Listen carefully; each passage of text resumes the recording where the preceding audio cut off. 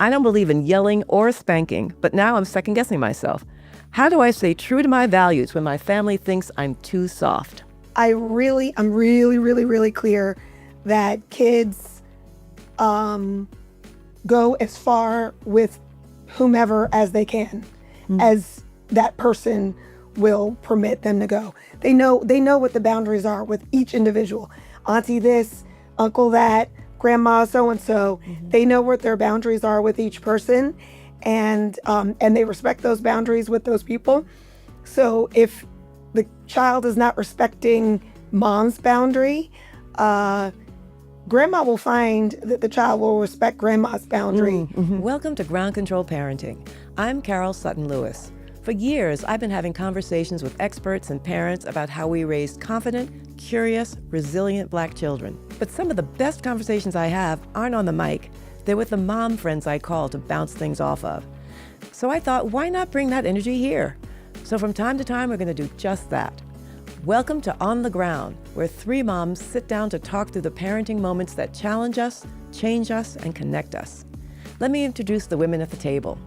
Jen Hayes Lee is a mom of three boys. She's head of marketing at The Bump, founder of Bestow Collection, and author of a new children's book, The Golden Hoops. Keisha Sutton James is a mom of two girls. She's a former deputy Manhattan Borough president, a consultant across political and media spaces, and a fifth-generation Harlemite. Each of us represents a different generation of parenting, Boomer, Gen X, and Millennial. I couldn't ask for a better group of women to have this conversation with. So let's get started. A 2016 study in the Journal of Family Psychology looked at 50 years of spanking and found the same thing across the board.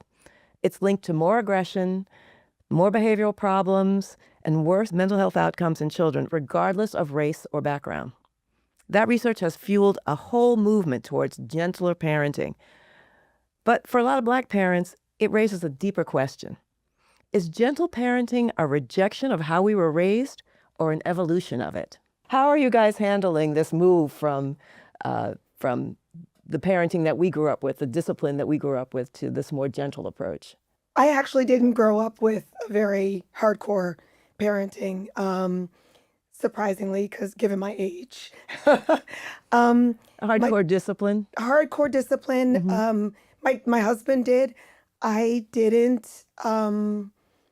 Don't ask me why. Neither of my parents really beat me like is the standard, or is like the way that we historically have disciplined. I'm not a person who can handle violence at all. Frankly, I can't watch football. I see violence. I see pain when I see that, and so I'm not somebody who can inflict pain on others.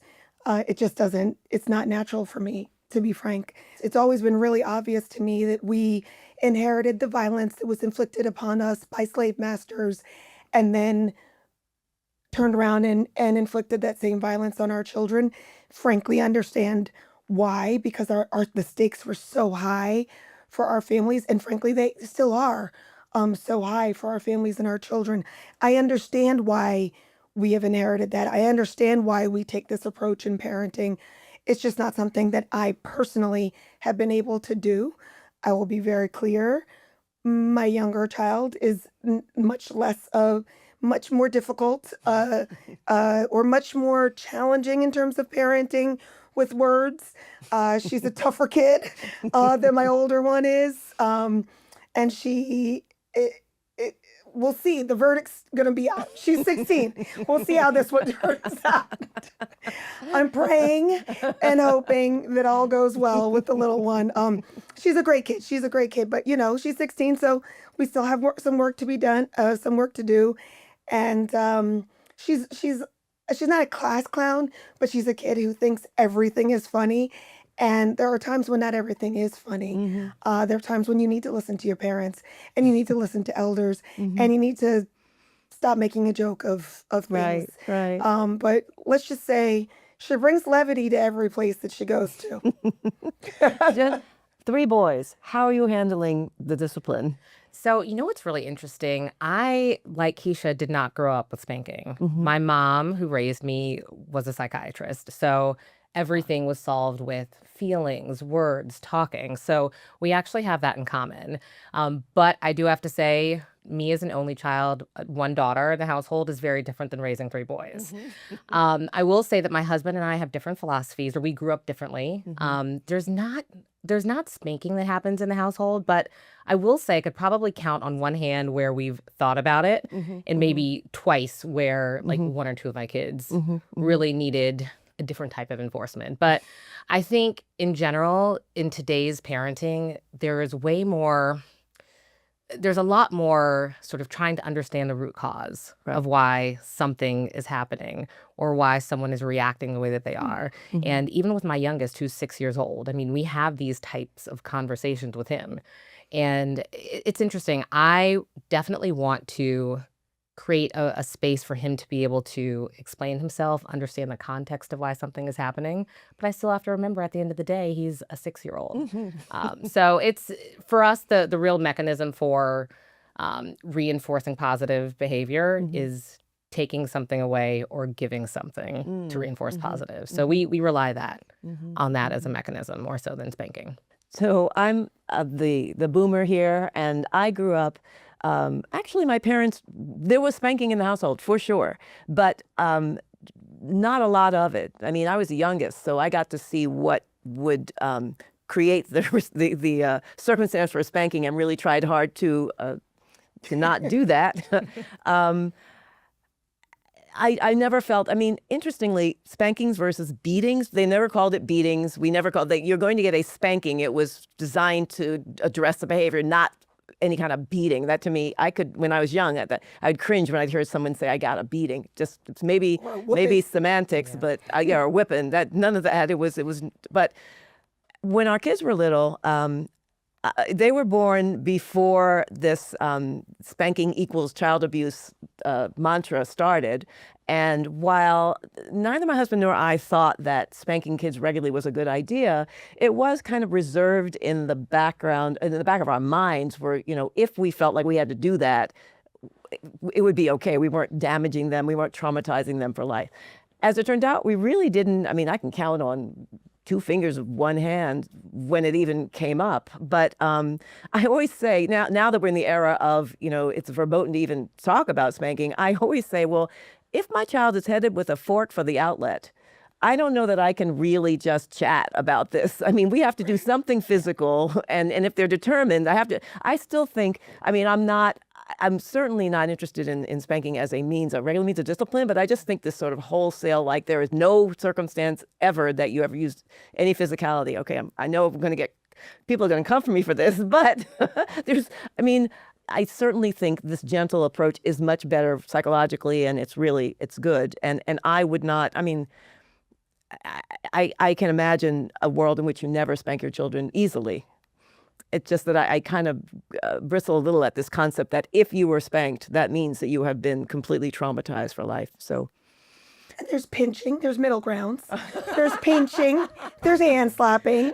Like we probably did have a couple of spank. I don't remember. My kids will fact check this when they see it. Yeah. But seriously, what you just said about like it can be there, it should be reserved. Just want to piggyback on that. It was always a threat. Mm-hmm. There was a threat. And so, you use these, there's steps, I guess, in the disciplines from spanking or for pinching or a slap on the hand. But there's going to be a threat for something, and that can be useful in and of itself. Just like the threat to take something away, or Santa's not coming, or all the things. Santa's not coming. Santa didn't come at one point. Now that would just be a conversation ender in my house.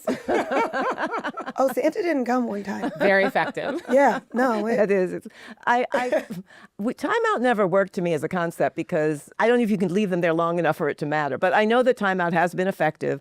I've always, threat is an important thing to talk about, because I do think, even if you're talking with the children gently and you want to really focus on how they're feeling, I do think there needs to be at some younger age a concept that there is a consequence Yes. that I'm not going to like if I continue to do this thing, even though it's a thing I really want to do. And so it's funny, my kids are all really grown, but I still say that I want them to think my mother would kill me if I did blank.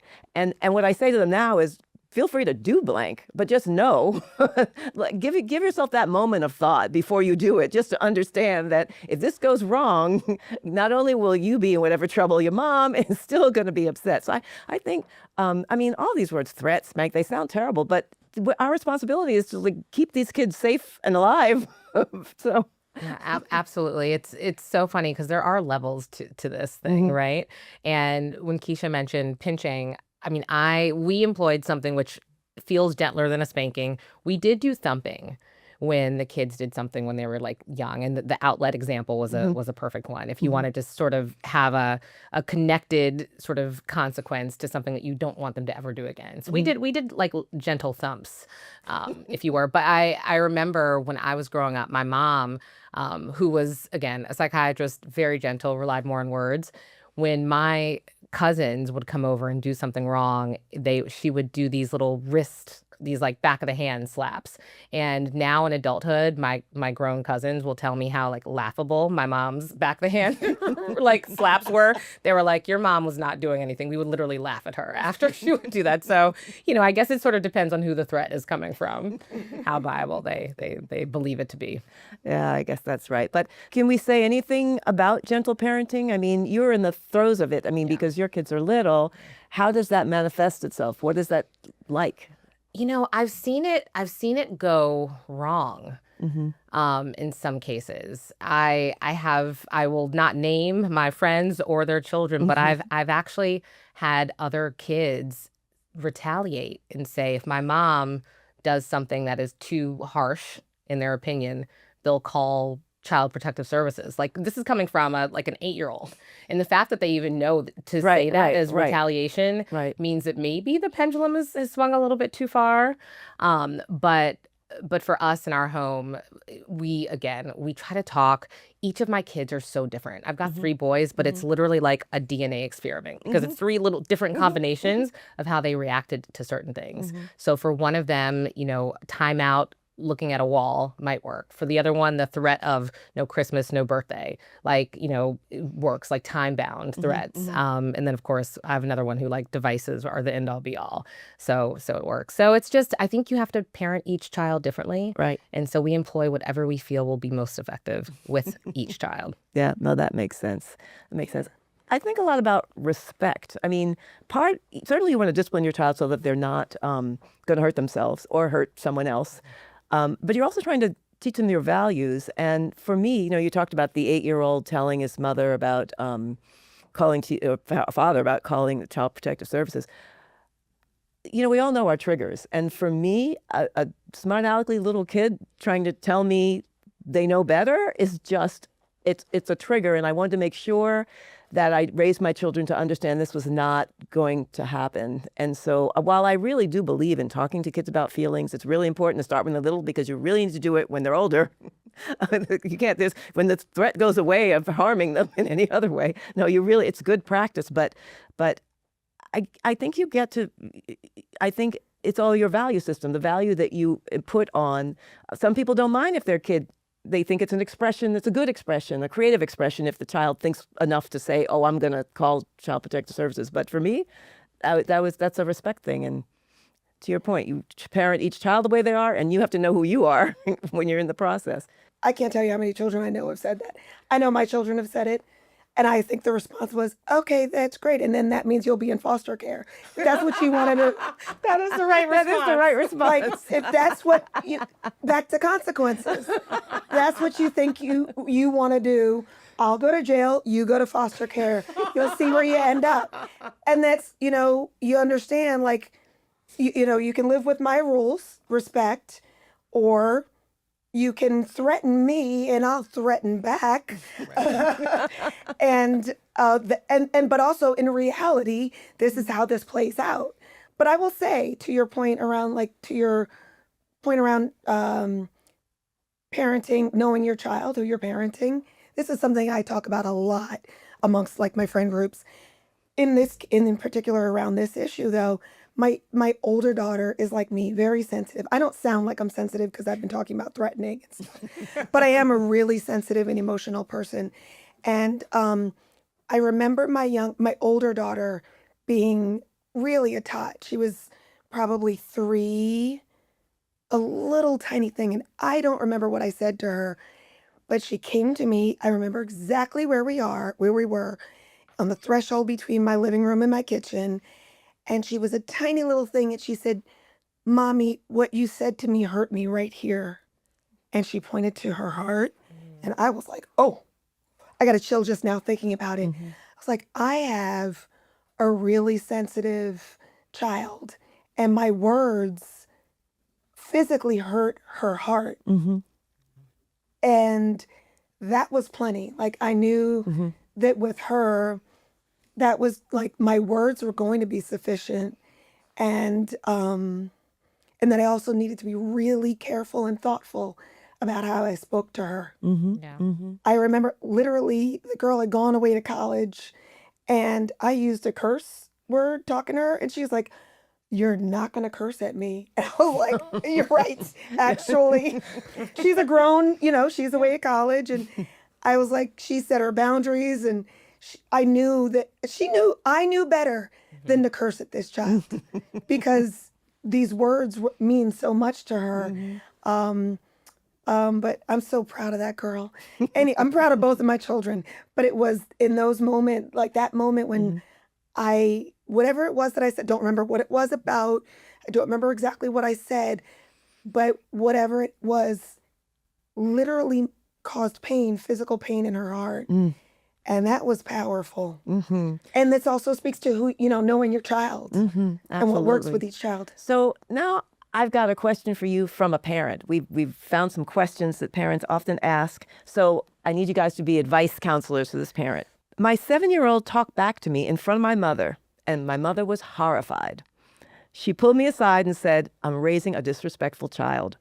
I don't believe in yelling or spanking, but now I'm second-guessing myself. How do I stay true to my values when my family thinks I'm too soft?" Okay, so the reason I like this question is because I would be that mother, so I'm not going to do that now. If I ever have a grandchild, I will remember not to do that.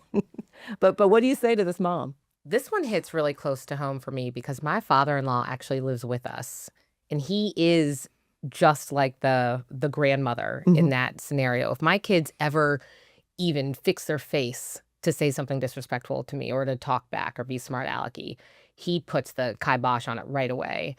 So my advice to that mom who wrote in the question is, I would say lean into the advice of her mother and take the opportunity to reinforce positive behavior. Even though it does feel like a moment of judgment, we're all learning. It doesn't matter if we're 6, 16, or 60. It's a constant evolution. We're all learning, and it's okay to kind of evolve with our parenting styles as we go. So she shouldn't feel any kind of way. She should just sort of acknowledge that her mother's trying to impart values.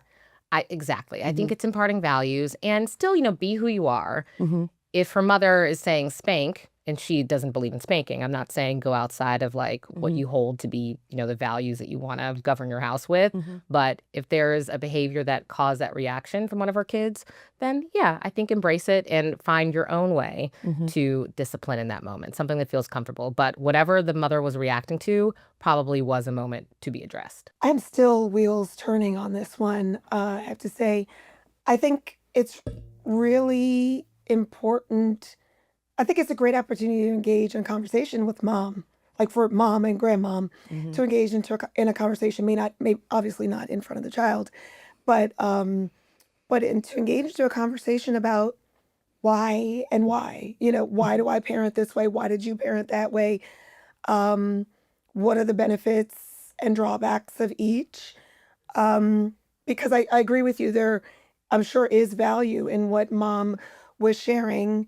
I think that it's also really important for the parents, mom and dad, to have unity around how they're going to parent, or agreement, maybe not unity, but agreement, because dad may take a different approach than mom, but there needs to be, like, that to me needs to be the unit. And to the extent that the grandparents are kind of becoming a part of the conversation, can be helpful. It can be, but the parents need to be the main people. Here's the other thing I will say. I'm really, really clear that kids go as far with whomever as they can, as that person will permit them to go. They know what the boundaries are with each individual. Auntie this, uncle that, grandma so and so. They know what their boundaries are with each person, and they respect those boundaries with those people. So if the child is not respecting mom's boundary, grandma will find that the child will respect grandma's boundary, right? Like, I've seen it over and over. We hear about our kids going to so-and-so's house and being in tip-top shape, or out at school, living by rules that they don't live by at home, or what have you. Grandma's expectations of the child will be met with grandma, for sure. What grandma sees the child doing with mom may not be what the child will do out in the street as well, right? Or in public in ways that grandma might be concerned about. Does that make sense? It does. And to your point, to both their points, it might be an opportunity for grandmom and child to have a conversation, encouraged by the mom, a civil, pleasant conversation. If mom can say to her mother, I hear you, I appreciate it. It might be good for you and the child to have a conversation, not where the grandmother imparts her, like, beats up on the kid for saying whatever, but has a conversation where grandma explains why this is not a good thing to do, and the kid can hear it. And so, because you're right, children react to different people, but when everybody's all together, it's important for the child to understand what the consequences are if they're just going to go for the one parent that they know can take it. It could be teasing, it could be anything. They have to be able to read the room. So I remember my grandmother, my mom's mom, talking to me about how hard my mom works. She was a single mom, and I would go to her house in Queens for the holidays, to my grandparents' house in Queens, and my grandma would talk to me about how I need to do better around the house, about how I need to clean up by myself and wash dishes and clean things, and because my mom works all day and then comes home and she's the only person there in the house to take care of me. I didn't, wasn't listening to my mother saying the things. Sorry, Mom. I heard it from my grandma. And I don't remember a lot of things, but I remember my grandma having this conversation with me. I don't know if I changed. We'll ask my mom about that later. But I remember what she said. I remember my grandma saying to me, like, this, your mom's carrying it. She didn't say it in these words. I don't remember exactly what the words were. But your mom is carrying a really heavy burden, and you could help out. And that, like, I heard it differently from my grandmother than I did it from my mom. And so there's a role for grandma and others, uncles, aunties, to play in supporting. I think so. To the mom that wrote this letter, you got a lot of good advice here. You can go a lot of different ways, but don't beat yourself up. That's the way you shouldn't go. Right. You need to work it out. Think through how you can work it out. We'll be right back after these messages. I am so excited to share that Ground Control Parenting is working with Donors Choose. Our work is all about supporting Black and brown children, and that means supporting the classrooms and teachers shaping their lives every day. So this season, thanks to Donors Choose, I'm giving my Ground Control Parenting guests a Donors Choose card, a gift card from Donors Choose. They can head to donorschoose.org and they can choose a classroom that resonates with them.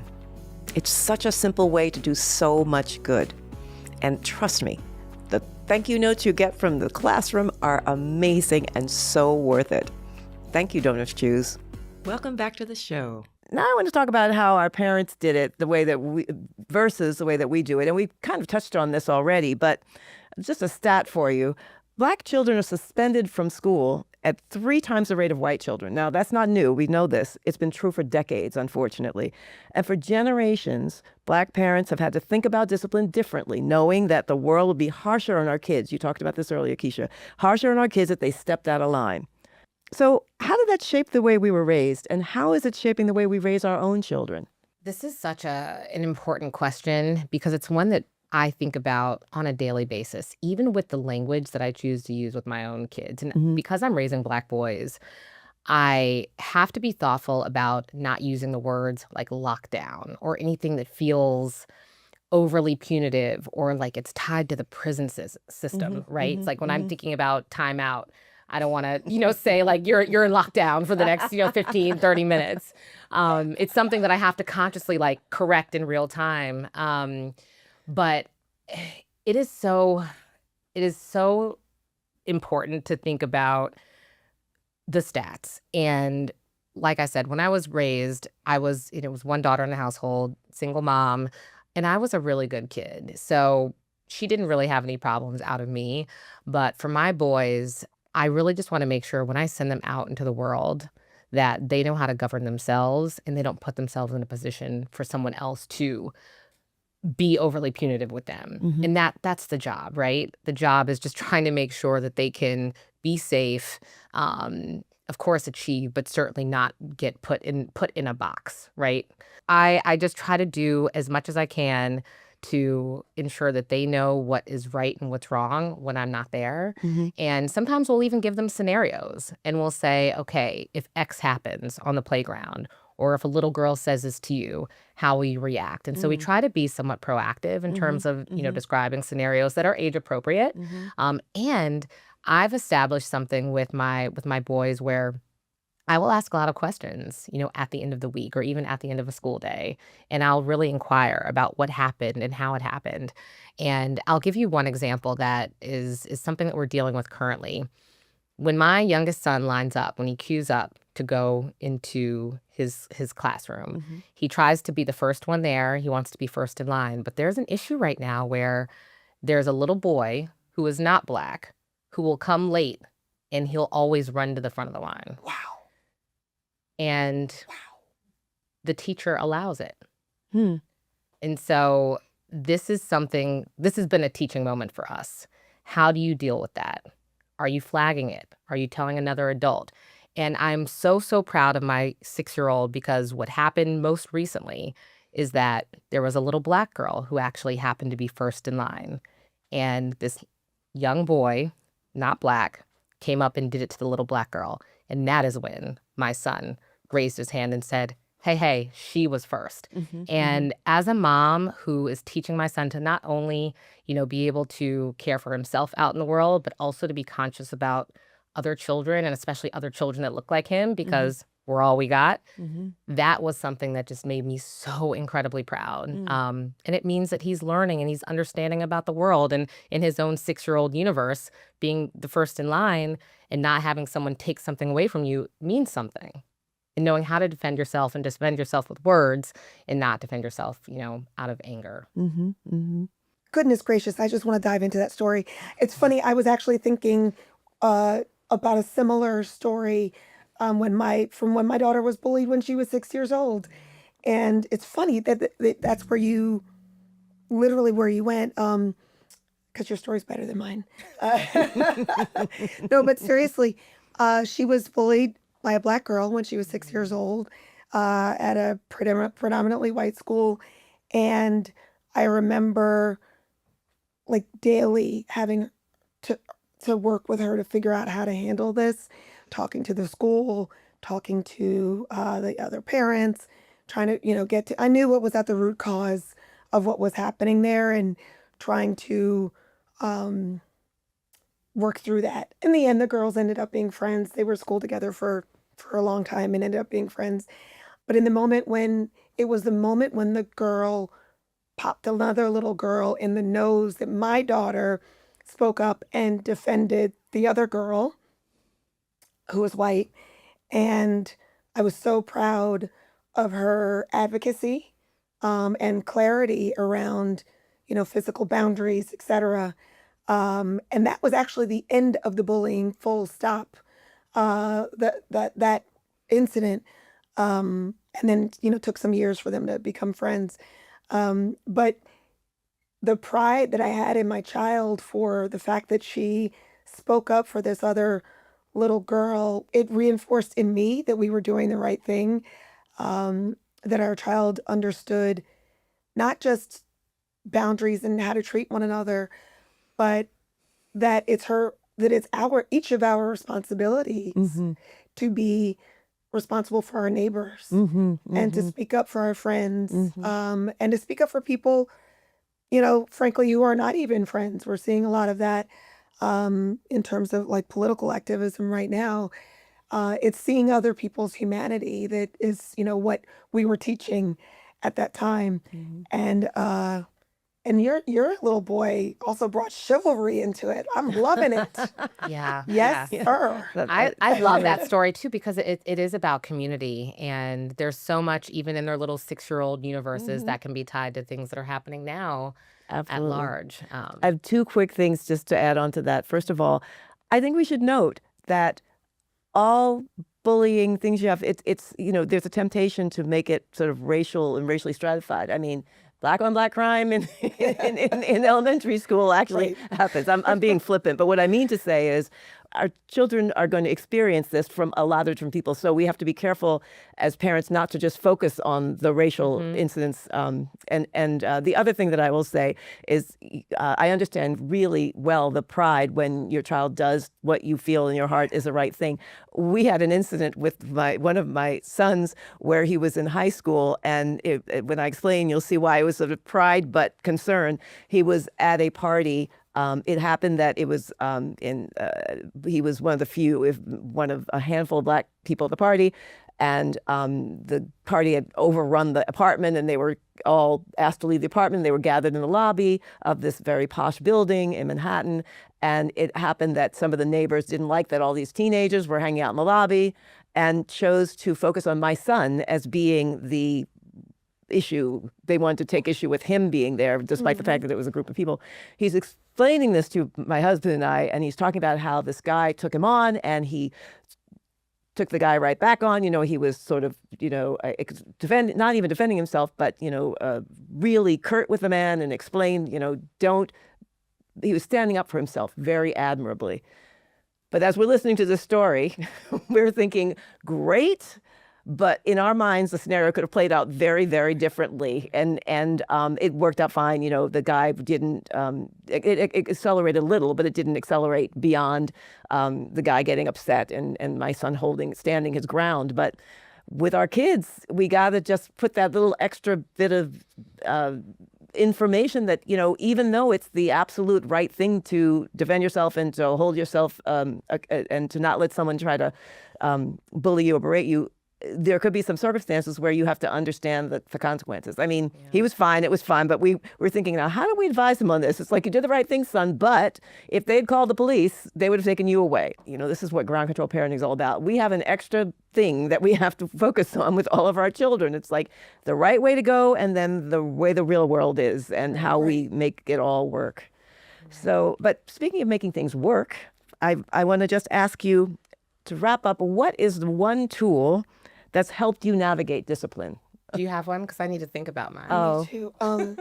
I'll start. I'm going to answer this a little differently because this is a tool that I use to discipline my own children with respect to their interest in things that I didn't think they should be interested in all the time. We'll talk about this in another episode, but screen time, even when my children were little, was a thing. But back in the day, it was TV and computer screens. It wasn't anything else.